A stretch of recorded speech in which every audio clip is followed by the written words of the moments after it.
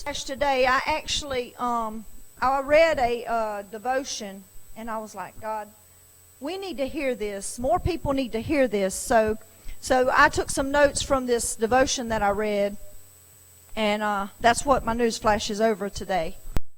We have a tendency to monitor our behavior and pretty much ignore our hearts. I can't get too far off base in my behavior without somebody drawing it to my attention. But my heart is a bit more complicated. Jesus said the things that come out of a person's mouth flow from the heart. And then he says out of the heart comes evil thoughts. The heart is such a mystery. In fact, Jeremiah asked, who can understand it? Good question, Jeremiah. The implication is that nobody can. And even if we do begin to understand it, controlling it is an issue all in its own. So it's important to monitor it. Like the activity of a dormant volcano. What you don't know can hurt you. All at once, a kid's attitude changes and their grades drop. Suddenly, a harmless pastime becomes a destructive habit. Out of nowhere, devastating words pierce the heart of an unexpected loved one. We've all seen it, felt it, and even caused it at some point. Just as Jesus predicted, what originates in secrecy of the heart won't always remain a secret. Eventually, it finds its way in our homes, our workplace, and our community around us. The heart seeps into every conversation. It dictates every relationship.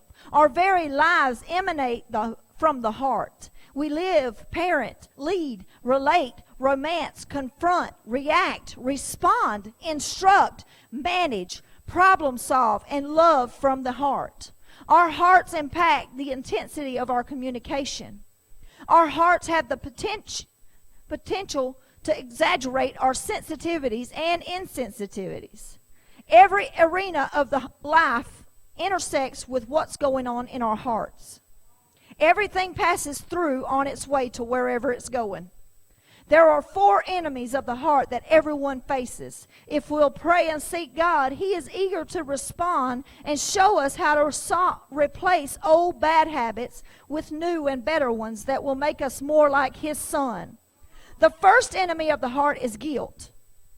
The message guilt gives is I owe. Nothing less than paying off that debt will relieve a guilty heart of its burden. People try to work it off, serve it off, give it off, and even pray it off. But no amount of good deeds can relieve the guilt. It's a debt and must be paid off or canceled. 1 John 1:9, thank God, says, if we confess our sins, He is faithful and just to forgive us all sins and cleanse us from all unrighteousness. Confession has the power to break the cycle of guilt and break the cycle of guilt off of our lives. The second enemy of the heart is anger. We get angry when we don't get what we want. Show me an angry person, and 9 times out of 10, I'll show you a hurt person. They go hand in hand. And I guarantee you that the person is hurt because something has been taken.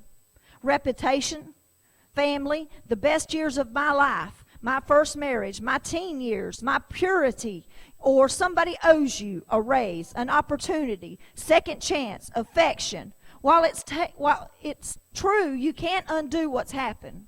It's equally true, you don't have to let the past control your future. Ephesians 4, we're commanded to get rid of all bitterness, rage, and anger. We do that by forgiving. It's something that nobody wants to hear and nobody wants to do. The remedy for anger is forgiveness. You simply make up your mind to cancel the debt. You decide you don't owe me anymore. The third enemy of the heart is greed. Jesus said, watch out, be on your guard against all kinds of greed. Why? Because out of all 4 of the conditions, greed is the most subtle. It's one that we don't even realize we're taking part in. But generous giving will break off the grip of greed off of your life. If you give generously out of your heart, that grip of greed will break off. The 4th enemy of the heart is jealousy. Jealousy says, God owes me. When you say that when you are really jealous against somebody else's possessions, somebody else's relationship, somebody else's job, you are saying basically that God owes you more than what you've got. It's not good enough. What I've got's not good enough. I need more. Jealousy can terrorize your life and wreak havoc on your relationships. But this, like the other three, has a vulnerability. Stop coveting what others have and start asking God for what He knows is best for you. Quit worrying about what they have. Thank God for what you've got. Every concern you have matters to the Father because you matter to the Father. Bring it to Him, confident in the knowledge that He cares for you. Your heart will always be dear to His. And when we can learn to deal with these 4 enemies of our heart, God will come in and heal what the enemy has tried to destroy.